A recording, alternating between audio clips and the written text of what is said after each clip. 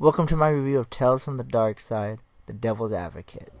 Luther Mandrake is the host of a radio station. He walks into the radio station to tell his sound engineer that a man was found dead in the driver's seat of his luxury car. While at first concerned with who the man was, he was unable to get into his high apartment security complex. His attitude shifts after dwelling on the cops called to the scene. Angry that the cops held him due to their suspicions, Mandrake uses this as the first on-air rant of the night. Mandrake is the host of a late-night radio talk show, midnight to 4 a.m., called The Devil's Advocate, where he berates listeners who call in and uses their various topics as a way to vent about his life as what's wrong with the world. The first caller rants about her husband losing her job as a steam fitter. Mandrake responds by claiming they should be celebrating his freedom from a terrible job. The caller is appalled, but Mandrake is unfazed. She eventually hangs up as he goes to a commercial. Feeling the rage get to him, he claims I'm a human being too to his sound engineer. The show returns from commercial after Mandrake hangs up on a call from an angry farmer, saying that he's a farmer all his life and he'll amount to nothing. He feels the next call coming from a night watchman in Pittsburgh. Mandrake immediately berates the loser for making his career about watching others. As he continues to rant, Mandrake pours some soup on the equipment, a move unseen by the engineer, his partner, who's slowly starting to fall asleep. The watchman eventually grows tired of the cranky radio host being down on everything.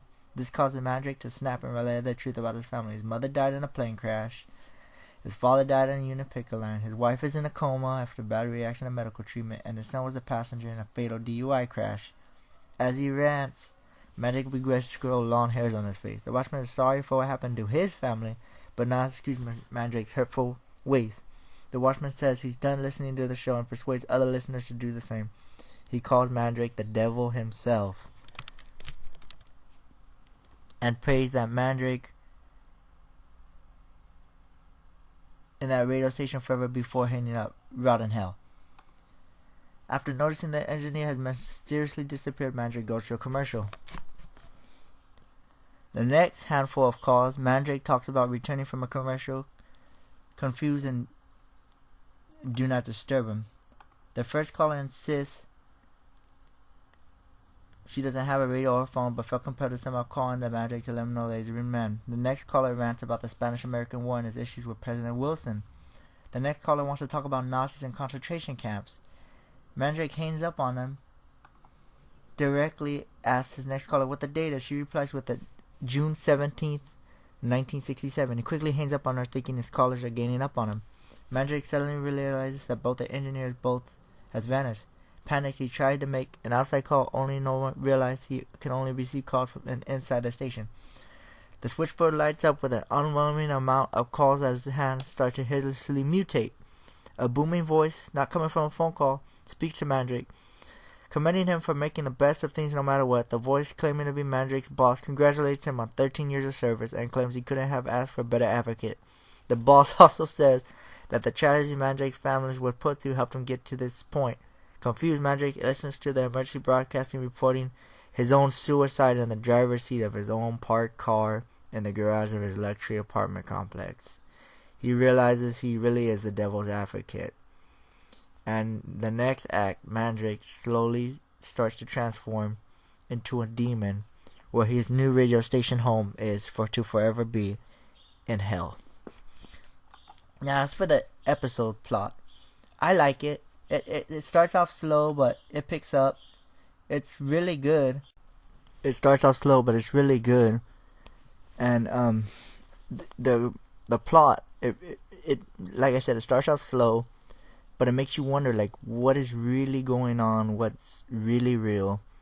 And you see when he goes to his radio station about the rant about his car and how he couldn't get inside his apartment, you realize, like, something don't seem right here. And then when you see that he just starts to treat the people like garbage, like berating them and making fun of them and all that other jazz, you really don't sympathize with this guy. I mean, I know he said that his family was lost, his wife, coma, his mom, plane crash, his son, fatal DUI, his father killed in a picket line.